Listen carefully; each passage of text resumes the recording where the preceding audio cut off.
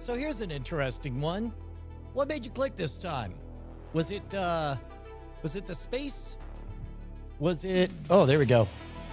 Was it the, another magic trick? Because I got a complicated story to tell today. Hello, beautiful people. Today is day 151 of office hours. I forgot to make the intro thing on there. There we go. You know what? Let's do this live. That was a meme once, all you kiddos. I know a lot of you guys are new to this whole thing. Let's do this. Oh, no, not like that. Let's do it like this. There we go.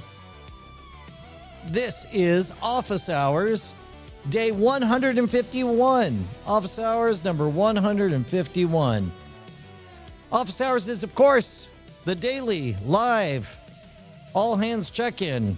See, scam, school, episode 50, space. There we go, we do new spells. There we go. Hey guys, I'm Brian Brushwood. I'm the internet's older brother, and whoo boy, I seen some shit.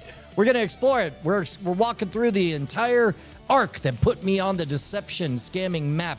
Scam School was the only show dedicated to social engineering at the bar and on the street. So Scam School is the only show dedicated to social engineering at the bar and on the street. These fine folks are my favorite people in the entire planet. There's the ones who show up live, who put in the time, the energy, the effort. They get to flash the secret Diamond Club sigil, which lets me know they're hardcore. Today, we're going to talk about the episode wherein my childhood hero went to space and did a magic trick I invented. It's fantastic. Strangely, it's coupled with a morally fraught episode of Scam School. We'll unpack all of that. In fact, I think this is the one that I think is the biggest whoopsie bummer, and I don't know how to unpack it and untease it. We'll talk about that after we watch the full episode. As you guys know, what we're going to do is we're going to watch the entire episode in its entirety, You guys are going to post your questions. We're going to answer all of them then we'll get up to some shenanigans. Here we go. This is episode 50, Scam School and in Space. This episode of Scam School, you and a buddy are gonna clean up at the bar because we teach you a way to fake ESP.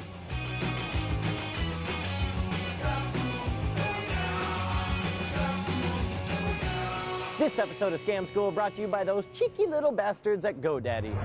Welcome to the show where last call is only the beginning. Scam School, the only show dedicated to social engineering at the bar and on the street. I'm your host, Brian Brushwood, and welcome to our 50th episode extravaganza. I can't believe it's already been 50 episodes. That's blowing my mind.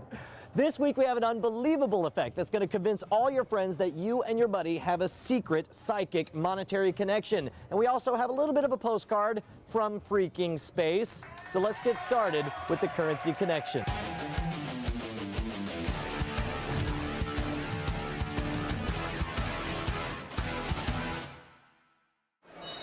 I'm Brian. What's your name? Kelly. Kelly, and you are? Adam, and this over here, this is my buddy. Hi, Mike. Mike Galante. We call him Captain MG. He's my new road manager on the road. He handles all the props. We spent a lot of time. It's only been, what, 6 weeks now? Seems like so much longer, though. So many painful memories.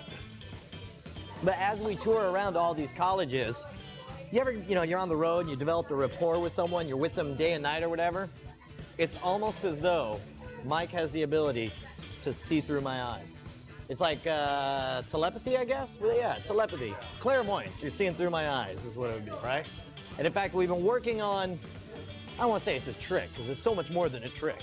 I mean, this is a genuine demonstration of psychic phenomenon here.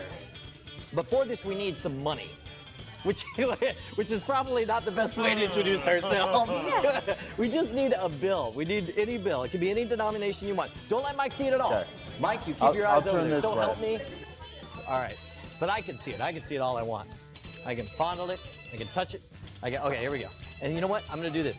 Your job is Adam, right? Yeah. Your job is to make sure Captain MG doesn't look over here. He's not allowed to use his eyes.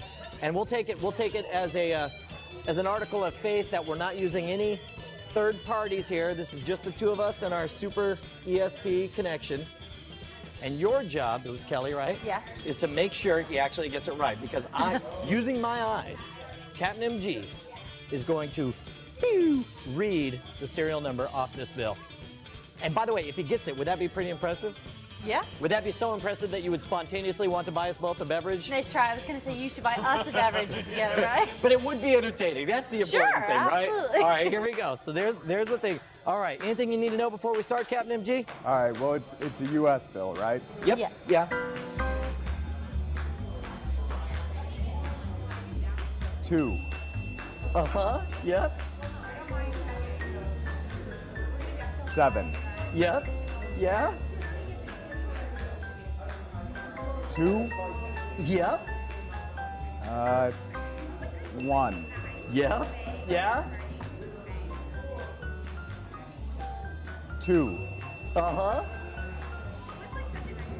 Getting a 9 from you? Yep. Maybe another 1. That is correct. It's 0. You got it, dude. Well, first of all, to double check, did he peek at all? No. Did you see him getting signals from anyone at all? And did you verify that every single digit he said was right? Yeah. That's pretty good, huh? Yeah. All right, here's the important question. Do you guys want to know how it's done? Yes. Well, we are going to find out as soon as we thank our sponsors. Oh, the answer is so very close. But first, we have to check in with our long-running contest to find the ultimate domain smack.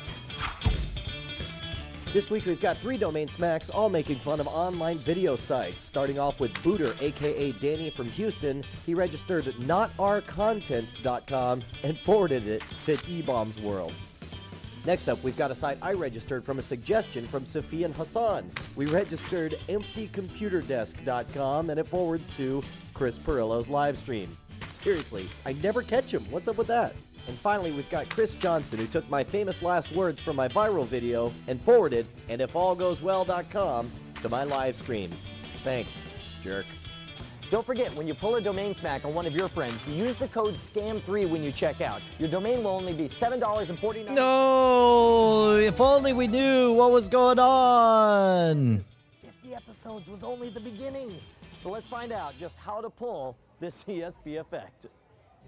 All right, so seriously, in all sincerity, on a scale of 1 to brain explosion, how good was that trick for you guys?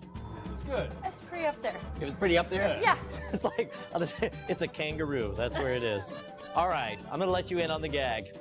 And I actually heard you guess correctly because it is. It's a verbal cue. This is a code that's super simple. It's ridiculously easy.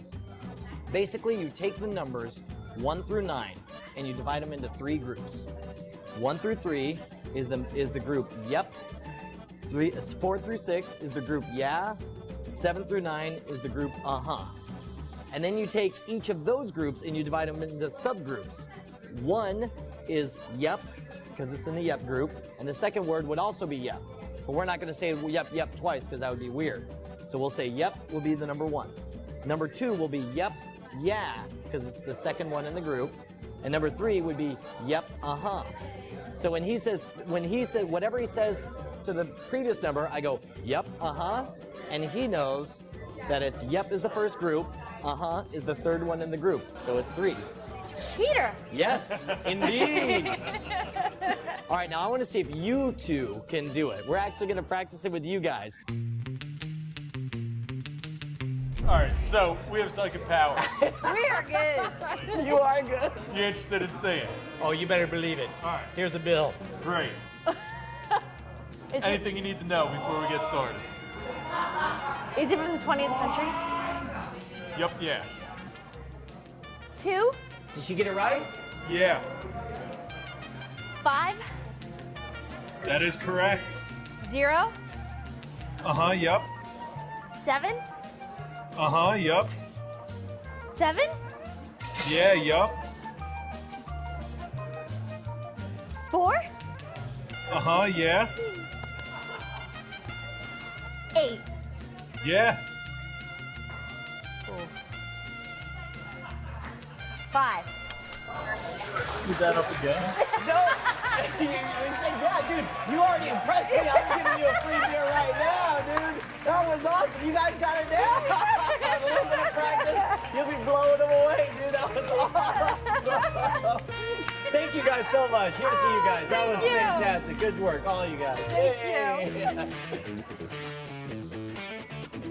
So yes, you will have to practice this one before you bust it out at the bar, but trust me, it is well worth it. I think Mike and I spent 20 minutes working on this thing before we blew somebody away with it.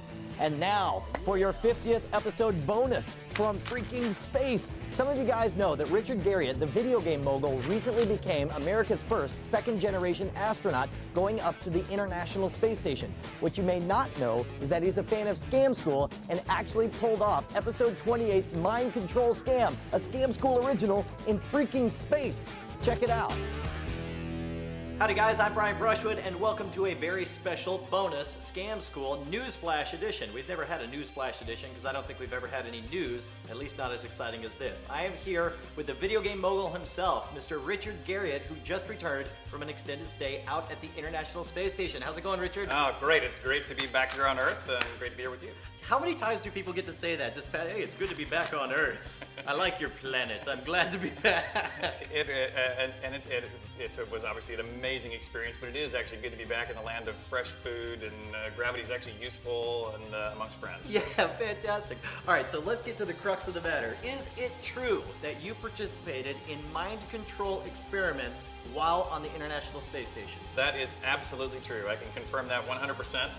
I can also say that not only did I participate in mind control experiments, but I can report that it worked. And so, I mean, as amazing as it sounds, it is true.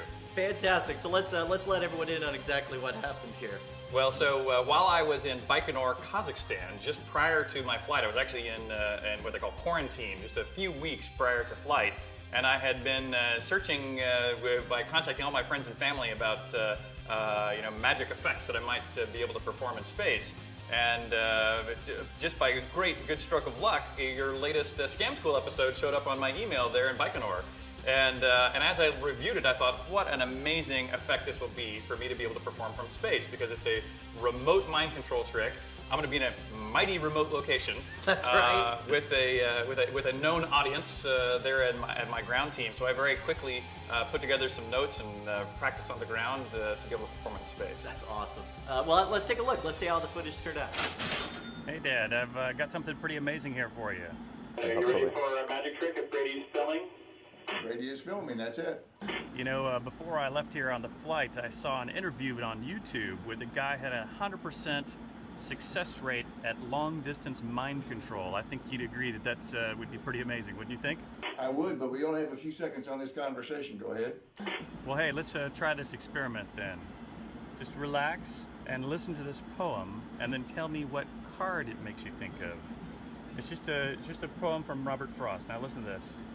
The woods are lovely, dark and deep, but I have promises to keep and miles to go before I sleep. Now tell me what card is the first card that comes to your mind. Any card. Oh, how about the Six of Clubs? Six of Clubs. Of course it's the Six of Clubs. Well, you know, there is this guy named Coach Alfred Doubleday. And if you go look him up on the internet, go to YouTube and search for Coach Alfred Doubleday. I'll do that. I thought he was a baseball player, but I'm out of my element here, Richard, as you know. Over. Coach Alfred Doubleday. Yeah. Now, before we went to break, you said something that kind of blew my mind. It sounded like you were describing it sounded like mind control. Well, actually, it is. Then we would have them think of a card, and 100% of the time, every time, they would think of the Six of Clubs. No way. Talk about a childhood dream come true. Big thanks to Richard Garriott for being our first intergalactic Scam School student. By the way, if you have any video of pulling off any of these scams, especially the currency connection, I want you to post them at the boards at revision3.com/scamschool. Any questions about this scam, or if you want to suggest your favorite bar scam, write me directly at brian@revision3.com. Next week, very special, we're going to learn how I can use my hair to fend off a clan of ninjas. Until then, you guys keep wearing on those crane kicks, and I'll be at the bar.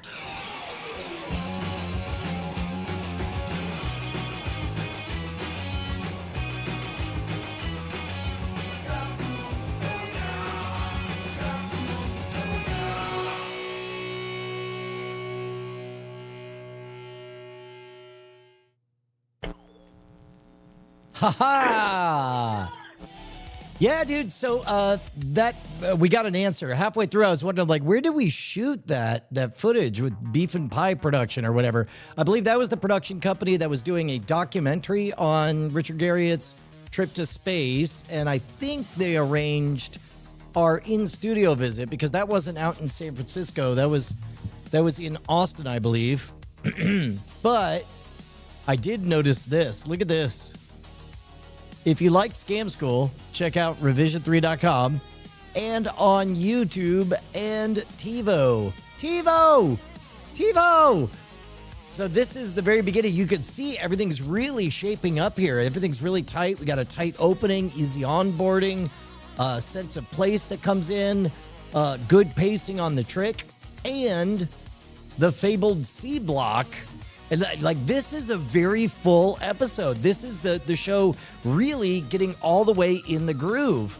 Now, I mentioned that it's morally fraught, though, because so this is at a time when nobody was really sure whether or not YouTube was TV or a library.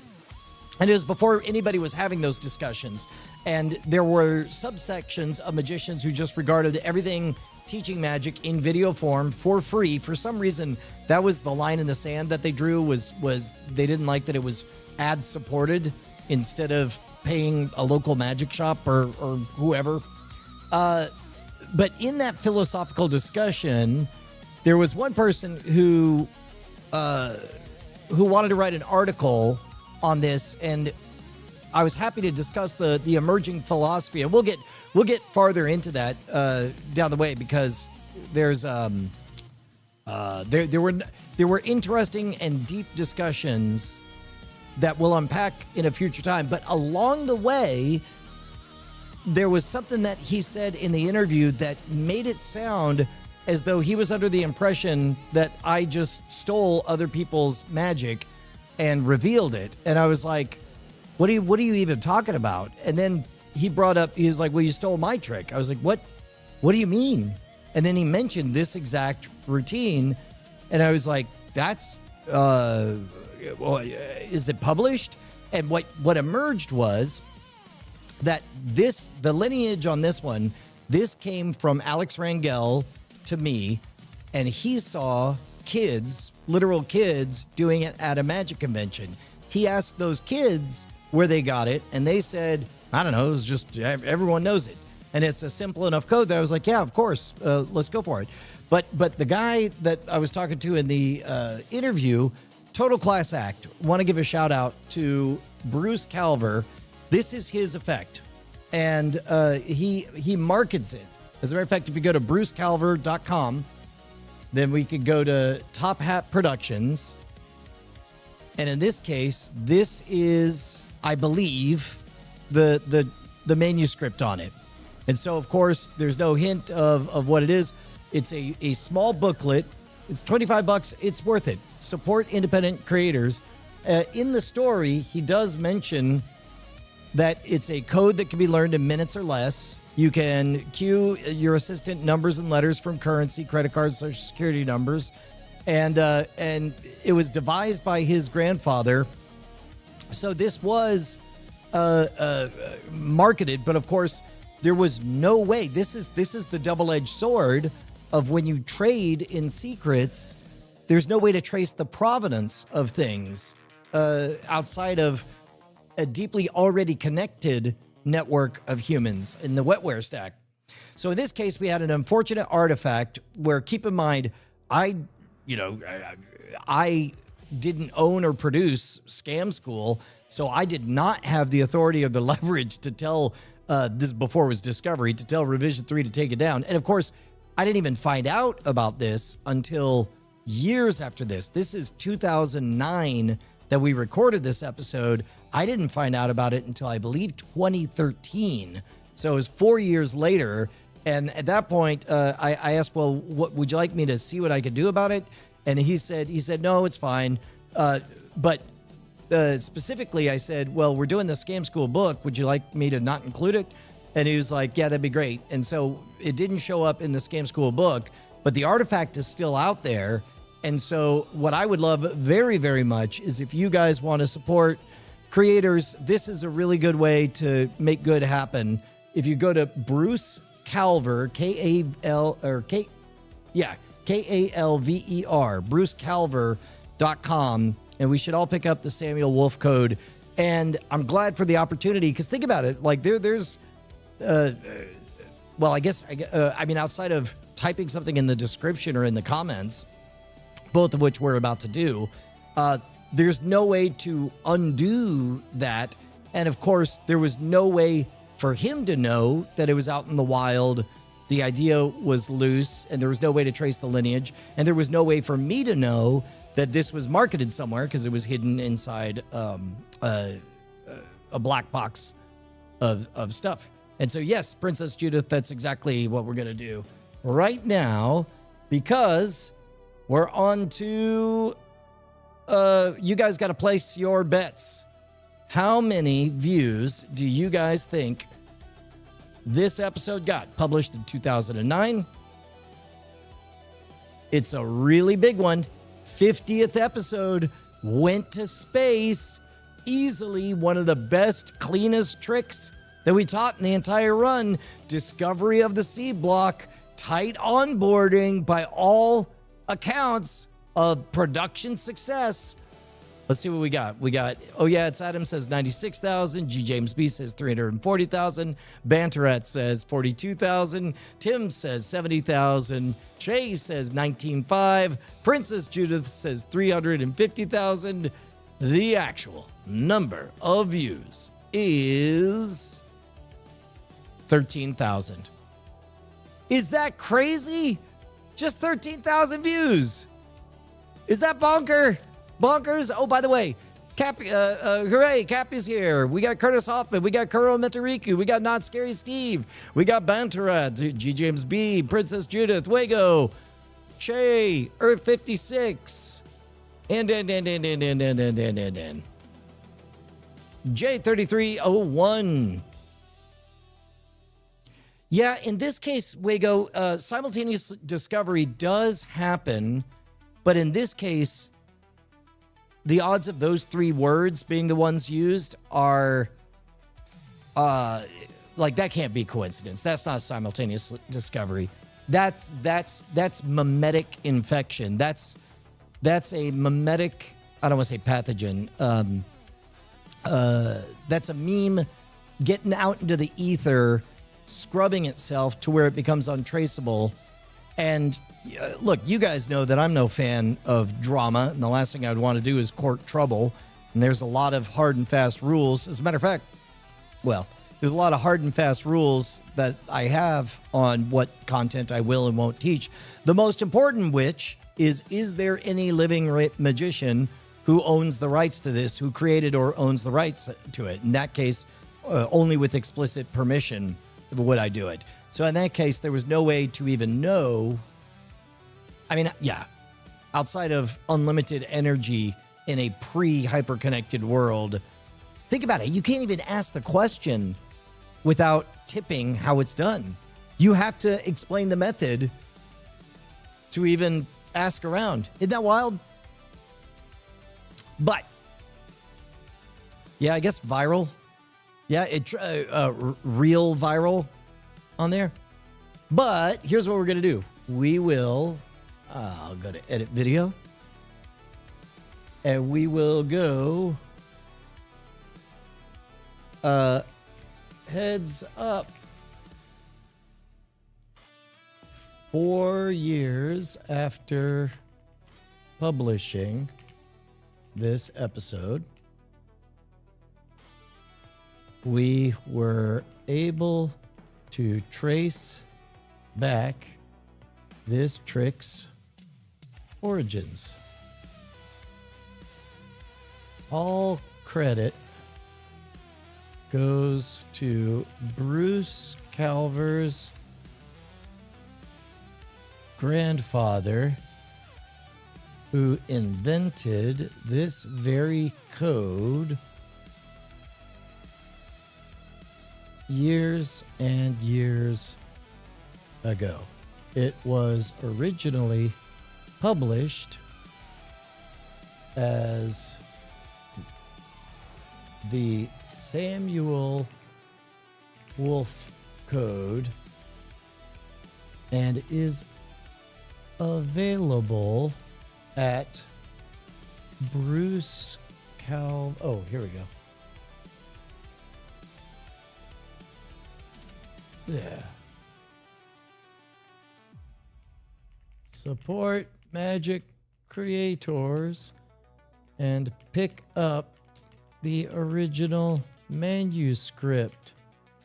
And special thanks to Bruce Calver for being a class act in every way.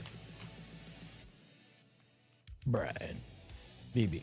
And so I'll take that. We will update that. Pow, pow, pow. And then let's go to comments. Or I guess, here, let's do this. And then I'll add a comment. Comment. And then we will pin it right up top. How did that feel? That feel pretty good, guys? This is what happens when you have time. There was time now. Let's see what you guys. Well, and Che, this is where we get into the gentleman rules of Magic best practices, because what you want is a system that fosters creativity and invention, but is also deeply respectful of kind of gentleman's rules, because you can copyright.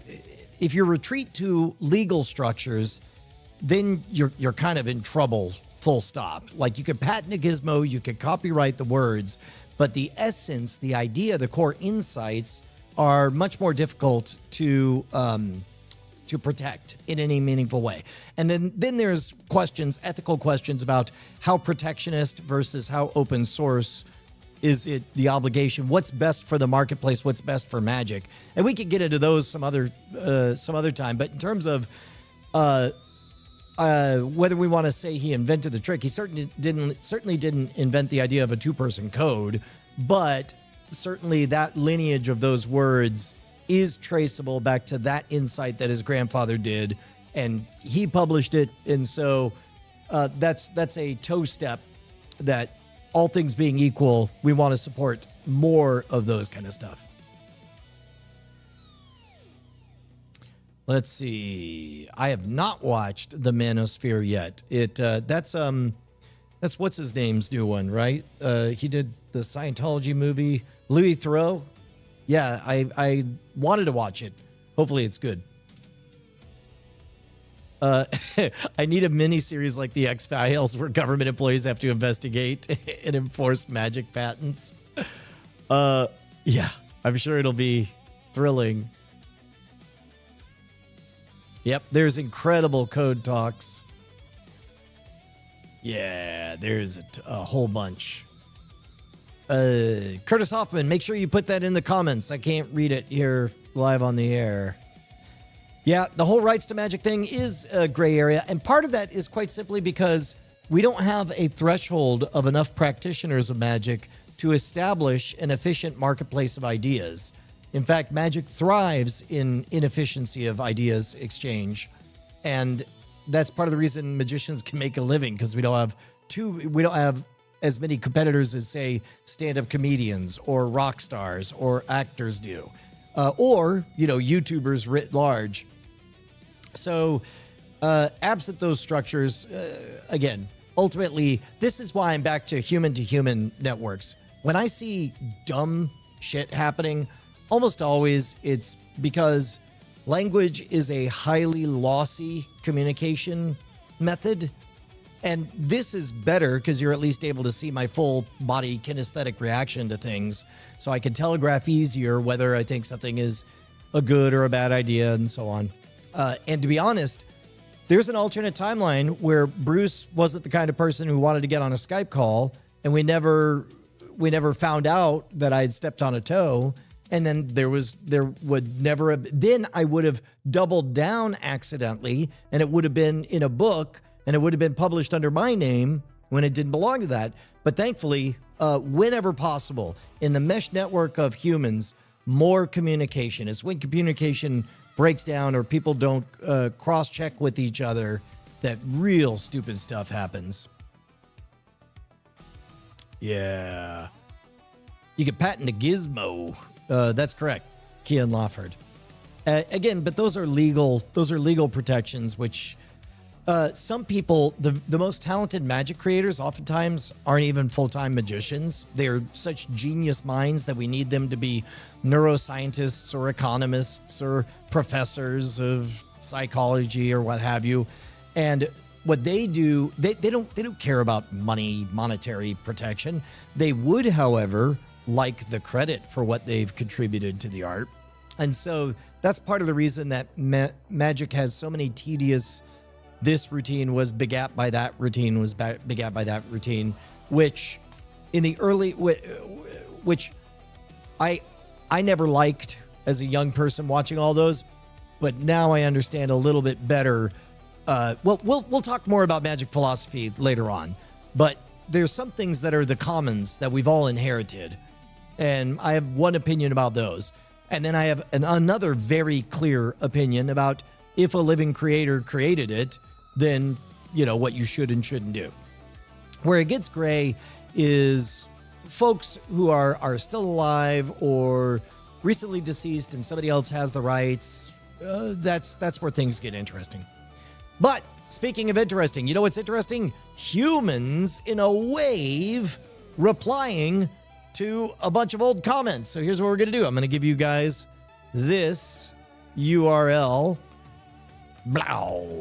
for you guys to respond to all those comments. If you're not familiar, YouTube is a freaking miracle. It knows every single video that you've watched since you started watching YouTube. It knows everything you ever said. And even better, those little breadcrumbs still exist. And so you can reach back almost psychically. You want to talk about telepathy? Forget the code thing that we just did. This is true psychic goodwill by just responding positively to all these 19-year-old comments. So we'll do this. I would like to see, I think we did a film riot on this. Let's see. She was so good. Firefly shirt is awesome. Did you see they're bringing it back?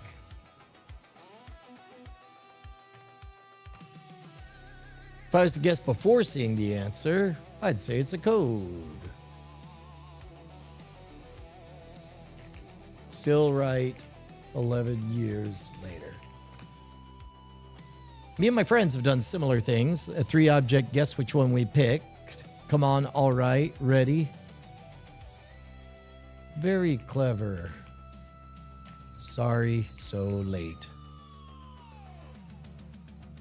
I had actually not seen the 6 of clubs mind control video, but I thought of the 7 of clubs. Ah, amazing. Sorry, so late. Oh, R.I.P. I thought of the 8 of clubs. Only possible conclusion left is I'm either a weirdo or a psychopath or both. You gotta track down the scam school mind control scam trick. You'll love getting the whole story. Baby. Yep. Everybody gets a heart. 13 years ago. Only a few more comments in the 13 years since. Crazy. 6 comments. Wow. NASA does some amazing tricks of their own. You can show people how they do it because it literally violates the law of physics and it stumps everyone. And that is how they get rockets to provide thrust in the vacuum of space. Everyone knows that. Whoa. It's the magnetism of the fluid being traveled from the charged particles. In other words, okay. Wow. 50 likes to 0 likes. 50 to 0 likes. Oh, 50 positive to no negatives. I remember ratios. There we go. Pow, pow, pow, pow, pow, pow, pow. We did it. We did it. And guys, I got a 9 a.m. meeting today, unfortunately. So I'm going to have to bolt. But we got across the line. What is the line between a new trick and a variation? If you do 3 cups with a different ball, that's a variation. Welcome to Magic. But I do it with a blue deck. It's a totally different trick. A lot of scarcity mentality. A lot of zero-sum thinking among magicians. Also, I think beneath the surface, it's all transparent fear of not being able to come up with more interesting stuff. But that will be a subject for another day. Oh, that's right. Hold on. Wait, guys. I do have one more thing. I forgot to turn on. Go ahead. Should I? Oh, that's right. That's good. And then now you could do bad idea. B8DIDA. Try that one. Come on, almost there. Wait, if I reroute the sink. That's a great idea. Bad idea. All right. Next. So tomorrow I need suggestions on what to add next. We'll spend some time doing that. I'll see you guys. Bye.